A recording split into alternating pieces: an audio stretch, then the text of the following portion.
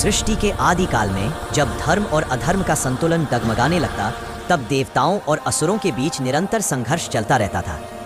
देवताओं की रक्षा के लिए भगवान विष्णु स्वयं अनेक रूपों में अवतरित होते, परंतु उस समय एक ऐसी दिव्य शक्ति की आवश्यकता थी जो धर्म की रक्षा करने में सदैव सक्षम हो। ऐसी शक्ति जो प्रकाश की गति से भी तेज, सत्य के समान तीक्ष्ण और न्याय के समान अटल हो। इसी आवश्यकता से उत्पन्न हुआ महासुदर्शन चक्र, भगवान विष्णु का सर्वश्रेष्ठ अस्त्र। कहते हैं कि एक बार असुरों का अत्याचार चरम पर पहुंच गया था। स्वर्गलोक तक उनकी धमक पहुंच चुकी थी और देवता अपनी रक्षा करने में असमर्थ थे। तब सभी देवता तपस्या में लीन भगवान विष्णु के चरणों में उपस्थित हुए और अपने कष्टों का वर्णन किया। देवताओं की व्यथा सुनकर भगवान विष्णु ने गंभीरता से विचार किया। वे जानते थे कि इस संकट का समाधान किसी सामान्य अस्त्र से संभव नहीं था, इसलिए वे स्वयं चले गए कैलाश पर्वत पर भगवान शिव की शरण में। कैलाश पर भगवान शिव गहन समाधि में स्थित थे। विष्णु जी ने अत्यंत श्रद्धा और निष्ठा से उनका स्मरण किया और श्रीहरि नाम का जाप करते हुए भक्ति भाव से नृत्य किया। उनके इस अनुपम नृत्य से ब्रह्मांड की सारी दिशाएं स्पंदित हो उठी। शिवजी समाधि से बाहर आए और प्रसन्न होकर बोले, विष्णु, तुम्हारा यह नृत्य और भक्ति अनुपम है, वर मांगो।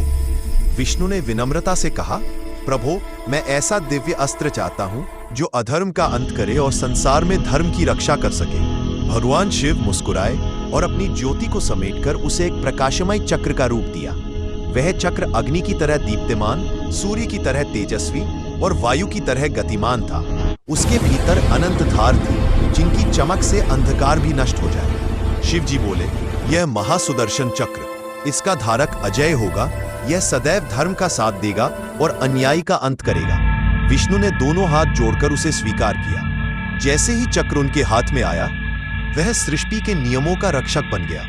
विष्णु का यह दिव्य अस्त्र केवल अस्त्र नहीं था, यह स्वयं समय, न्याय और सत्य का प्रतीक बन गया। इसके बाद जब जब अधर्म बढ़ता, भगवान विष्णु अपने सुदर्शन चक्र का प्रयोग करके संसार को संतुलित करते। चाहे वह हिरण्यकश्यप का अत्याचार हो, शिशुपाल का अहंकार या असुरों की कोई दैत्य शक्ति, सुदर्शन चक्र हर बार न्याय का मार्ग प्रशस्त करता रहा।